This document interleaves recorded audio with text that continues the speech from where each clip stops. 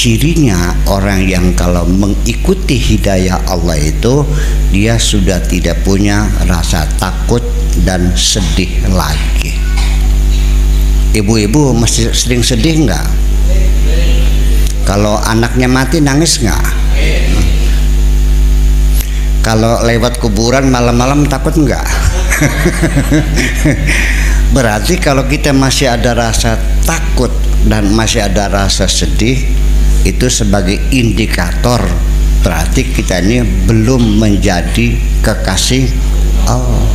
Karena jaminannya namanya kekasih Allah itu mereka sudah tidak punya rasa takut dan rasa sedih. Inna awliya Allahi la khaufun alaihim walahum yahzanun. Waliullah itu, kekasih-kekasih Allah itu tidak punya rasa takut dan sedih. Anak mati ya wis, ngelihat sawah kena kelowor gagal panen ya wis. Orang Sindang Jawa ngelihat sawahnya gagal panen kelenger beli. Balik-balik nangis, ada berikan ya itu makanya. Jadi nah yuk sekarang lalu kenapa cirinya kekasih Allah itu tidak ada rasa takut dan rasa sedih? Nah di sini bahwa ingin saya sampaikan bahwa segala macam perasaan kita, kecewa, gelisah, bimbang, gundah, gulana, kacau, nervous, apalagi gamang, ragu-ragu, galau, cemas, bingung, segala macam ya, ratusan rasa semacam itu semuanya penyakitnya dua, al-khauf wal huzn, bercabang dari dua ini. Jadi kalau khaufnya hilang, huzunnya hilang, ya selesai. Jadi bahwa semua segala macam penyakit hati kita, kotoran hati kita, kekecewaan kita, kegelisahan kita, was-was kita, ragu-ragu, bimbang dan sebagainya, itu bersumber dari dua yang pokok. Penyakit pokoknya adalah dua, yaitu khauf dan al-huzn, rasa takut dan rasa sedih. Nah, gimana sih rasa sedih? Ya, di situ nyabangnya putus asa, kecewa, ya kan, bad mood, termasuk juga mental block, ya istilahnya, disorder emosional dan sebagainya. Udah terlalu banyak istilahnya ya. Itu berasal dari rasa sedih. Nah, sedangkan cemas, ragu-ragu, bimbang, was-was itu dari rasa takut. Nah, sekarang saya mau nanya dulu hakikat sebelum kita membahas lebih jauh. Rasa takut itu apa sih? Rasa sedih itu apa sih? Kalau kita, pikiran kita melihat ke belakang penderitaan masa lalu, ya, suami meninggal, rumah terbakar, mobil tabrakan, suami selingkuh, ya, suami selingkuh, istri selingkuh, sama, suami selingkuh, istri selingkuh, sama selingkuhnya di sini. Jadi artinya begini, bahwa kalau laki-laki punya will, kalau perempuan punya pil. Kalau perempuan istri kita punya pil, pria idaman lain, kita sebutnya istri kita berselingkuh. Tapi kalau suami kita punya will, wanita idaman lain, bukan selingkuh, namanya sunnah Rasul.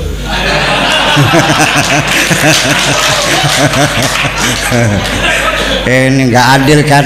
Nah itu, dua-duanya sama menyakitkan, dua-duanya sama menyakitkan.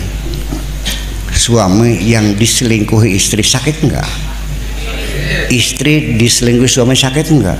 Sama sakitnya. Jadi tidak ada alasan bahwa perempuan yang sakit hati diabaikan tuh. Ya dong. Perempuan manusia bukan? Punya hati perasaan enggak? Sok wadah air matanya berapa baskom ngucur tiap hari. Ya Allah, sampai ngebul air matanya tuh. Iya kan, sakitnya bukan main. Itu kalau kita yang dulu nangis lagi. Masalah yang sudah lewat, tapi ketika kita ingat nangis, betul nggak? Anak mati sedang lucu-lucunya sekolah SD ranking 1, SMP 1, SMA ranking 1, sampai perguruan tingginya nilai cum laude. Wah, dua kebanggaan. Ketabrak mobil mati. Wah, stres. Sudah 10 tahun masih nangis, bayang. Masih layap, mana pikirannya ke belakang. Ya Allah, los lagi cur air mata lagi. Sehari-hari kita meratapi masa lalu. Jadi kesedihan itu ketika kita menengok ke belakang. Tetapi kalau takut itu melihat ke depan. Belum terjadi, ya kan? Kita menduga-duga nanti akan ada macan. Menduga-duga nanti di makam itu ada kuntilanak lagi ucang-ucang, ning pule. Ya kan gitu. Nah, jadi ini kedua-duanya. Makanya kita sekarang mulai belajar. Cobalah kita hari ini ada di sini. Pikiran kita di sini, perasaan kita di sini, angan-angan kita di sini, badan kita di sini. Kita nikmati hari ini. Ya, kalau kita ke depan rasa takut di antara kita sekarang nih masih banyak orang yang ketakutan menghadapi hari esok. Nanti besok makannya dari mana? Betul nggak? Nanti anak saya waktu kuliah biayanya dari mana? Nanti kalau istri saya melahirkan biayanya dari mana? Semuanya menjadi menakutkan semuanya. Betul nggak? Jadi kalau bapak-bapak, ibu-ibu selalu pikirannya ke belakang, ke depan, ke belakang, ke depan, kapan kita bahagia? Mengenang yang lalu nangis, melihat masa depan merinding. Nangis mana, merinding mana? Kapan senengnya?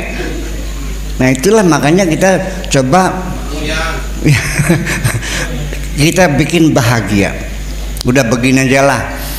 Masa lalu sudah lewat, bukan milikmu lagi dan tidak bakal kembali.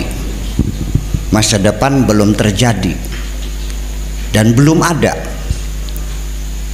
Yang menjadi milik kita adalah hari ini. Yang lalu lupakan saja, yang akan datang jangan kau takuti. Yang penting hari ini kau laksanakan semua apa saja tugasmu dengan baik. Ya, jangan ada pekerjaan yang tertunda, selesaikan semuanya. Alhamdulillah hari ini kita jalani dengan sempurna. Nah, kalau hari ini kerja kita sempurna, itu akan menanamkan keberanian dalam diri kita menghadapi hari esok. Pekerjaan yang selesai hari ini sama dengan mempersiapkan hari esok yang lebih baik. Itu aja kok selesai. Dan kita juga tidak tahu besok akan terjadi apa. Apa yakin bapak-bapak besok masih hidup? Enggak kan? Ini anak muda, yakin besok apa yang kamu kerjakan? Tidak ada yang tahu. Wa ma tadri nafsun madza taksibu ghadan wa ma tadri nafsun bi ayyi ardin tamut. Tidak ada seorang pun yang tahu besok apa yang akan dikerjakan, dan tidak ada seorang pun yang tahu kamu mau mati di mana. Jadi ya sudahlah, kalau tidak tahu jangan dipikirin. Mikirin barang yang tidak tahu kan percuma. Jadi mikir nganggur kan. Ya udah aja, sepujar Gusti Allah baiklah. Kan gitu, menjadi aman. Nah inilah makanya satu menuju jalan supaya kita bisa menghilangkan rasa takut dan rasa sedih. Itu satu adalah ittiba'il huda, mengikuti aturan-aturan Allah Subhanahu wa ta'ala, yaitu menjalani semua syariat yang telah ditetapkan oleh Allah Subhanahu wa ta'ala. Wa man tabi'a hudaya fala khaufun 'alaihim wa lahum yahzanun. Kemudian hakikat takut itu apa sebenarnya? Ibu-ibu, di sini makam yang paling gede makam apa namanya? Kidul. Makam Kidul. Ya. Makam yang paling gede makam Kidul. Ibu-ibu ini selesai ngaji di sini jam 12 pulang sendirian lewat makam. Petong jimat, gelap gulita, ngerinting boleh, meremang enggak? Kenapa bulu roma mau meremang? Takut. Akhirnya kenapa takut? Akhirnya karena enggak berani, akhirnya balik lagi ngejak temen 5 orang, bawa patromak 3, bawa genjering 2. Ketaplak dibeliin begitu. Nah, dengan ada 5 orang bawa patromak 3 genjering 2, rasa takutnya hilang nggak? Hilang. Oke. Jadi kenapa kamu takut? Ternyata terjawab ketika ada temannya, takutnya hilang. Berarti takut itu karena merasa sendiri. Paham? Tetapi hilangnya rasa takut dari pikiranmu itu kamuflase sebetulnya, bukan hakiki. Coba kita buktikan, andai kan benar-benar ada macan, benar-benar ada motor, mau ini 5 orang yang nganter nih lari masing-masing membela kamu. Tuh, pada akhirnya tidak membela kamu kok. Percayalah, pada akhirnya yang menyelamatkan dirimu hanya Allah Subhanahu wa ta'ala. Berarti orang itu tidak akan ada rasa takut ketika dia tidak merasa sendirian. Dengan manusia rapuh itu hanya kamuflase, manipulasi perasaan saja. Ya, keamanannya bohong karena tidak menjamin keselamatan kita. Nah, makanya rasa takut itu akan hilang ketika kita tidak merasa sendirian, bukan dengan orang tapi dengan Allah Subhanahu. Paham? Nah, itulah ujung-ujungnya mah kepada iman kita juga. Apakah kita yakin? Lah, bagaimana kita tidak yakin? Mungkin ini gara-gara salah lagu. Lagunya terserah yang di sana, jadi dikiranya Tuhan di sana, sebetulnya terserah yang di sini. Iya, bersama kita ini aqrabu min hablil warid, lebih dekat dari urat nadi, lebih dekat dari urat nadi. Itu inti, ya, inti kehidupan kita adalah urat nadi. Kalau Allah lebih dekat, jadi di mana? Ya di dalam diri kita ini, dalam kehidupan kita ini bersama kita. Bahwa kita harus yakin bahwa kemana saja kita selalu bersama Allah. Nah, kalau kita sudah yakin Allah bersama kita, maka tidak mungkin kita akan takut menghadapi apapun. Nyongkor Gusti Allah aja. Paham nggak? Nah, itulah makanya jangan dikira kita sendirian. Ketika kita sedang berkumpul berempat, bertiga, wa ma min najwa salasatin illa huwa rabi'uhum. Kita tidak bertiga tapi berempat dengan Allah. Wa ma min arba'atin illa huwa khamisuhum wa ma min khamsatin illa huwa sadisuhum, dan seterusnya. Kita sekarang ada orang 200, enggak 201 bersama Allah, kan begitu. Jadi di mana saja ketika engkau ada dalam sumur, kutanya, Tuhanmu di mana? Jawabnya di sini. Kalau kamu di kapal, di mana Tuhanmu? Ya di sini juga. bukan di sana, Tuhan itu di sini. Artinya selalu bersama kita, itu jelas. Nah itulah, jadi satu adalah ittiba'ul huda, itu artinya kita menjalani syariat Allah Subhanahu wa ta'ala. Kemudian juga ada ayat lain penjelasan tentang orang-orang yang tidak punya rasa takut dan sedih, yaitu innalladzina amanu walladzina hadu wasabiina wan nasara man amana billahi wal yaumil akhiri wa amila salihah falahum ajruhum 'inda rabbihim la khaufun 'alaihim wa lahum yahzanun. Satu, tadi ingat ada namanya ittiba'ul huda, mengikuti aturan yang berlaku. Artinya semua undang-undang, peraturan, semua kita taati semuanya. Yang kedua, ayat aja surat Al-Baqarah, sesungguhnya orang-orang yang beriman, walladzina hadu, dan orang-orang Yahudi, wasabiin, dan orang-orang Paseban, wa nasara, dan Nasrani, man amana billah, siapapun mereka itu yang beriman kepada Allah, wal yaumil akhir, dan beriman pada hari akhirat, wa amila salihah, dan beramal saleh, fala khaufun 'alaihim walahum yahzanun. Jadi yang menghilangkan rasa takut dan sedih ini satu, kita berbuat baik kepada sesama.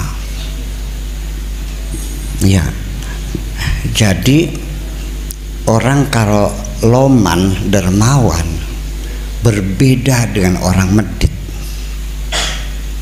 Percaya, orang dermawan tidurnya lelap, nggak pernah takut ada maling kok. Betul nggak? Kalau orang medit bangun jam 3:30 malam, pintu dikunci belum, digerayang nikah belawang kuncinya, kertak lap lagi. Kenapa? Karena dia takut akan hartanya kehabisan. Dan berbuat kebaikan itu sangat penting sekali untuk memberikan kedamaian dalam hati kita. Nah makanya begini aja lah. Mungkin tidak semua orang bisa menolong orang lain, mungkin tidak semua orang bisa membantu orang lain, mungkin tidak semua orang bisa membahagiakan orang lain. Dia hanya bisa cukup untuk makan sendiri, nggak masalah. Kalau engkau tidak bisa membahagiakan orang lain, ya minimal lah jangan menjahati orang lain, minimal jangan menyakiti orang lain. Karena kenapa? Di balik kebaikan-kebaikan yang kita lakukan kepada sesama ini, itu ada satu kebahagiaan yang luar biasa. Bapak-bapak makan sate enak nggak? Rasa enaknya di mana? Di lidah. Kalau sudah masuk tenggorokan, sama nggak dengan makan tempe? Sama. Tempe, rajungan, kepiting, sate, rasanya di lidah. Begitu ditelan dalam perut rasanya sama nggak? Sama. Kita melihat sesuatu yang indah, perempuan yang cantik jelita, mungkin kita senang. Melihat lukisan yang bagus, kita senang. Kan begitu. Melihat gunung yang menghijau, kita senang. Mata kita, telinga kita, mendengarkan lagu-lagu yang enak, lagunya Stevie Wonder, lagunya Mariah Carey dan sebagainya, enak suaranya. Oke.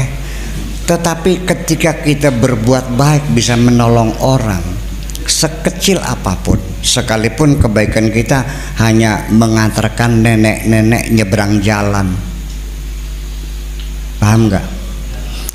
Ataupun ini masjid mau direhab lagi, orang pada nyumbang 1 juta 2 juta, ada yang nggak punya, ya udah deh saya bantu tenaga hari Jumat ngaduk pasir, paham? Sekecil apapun jangan lewatkan bisa berbuat baik kepada sesama, karena kebahagiaan yang kau rasakan itu bukan di mata, bukan, tapi langsung di dalam hatimu ini, bahwa engkau merasakan kebahagiaan yang luar biasa ketika engkau bisa membahagiakan orang lain.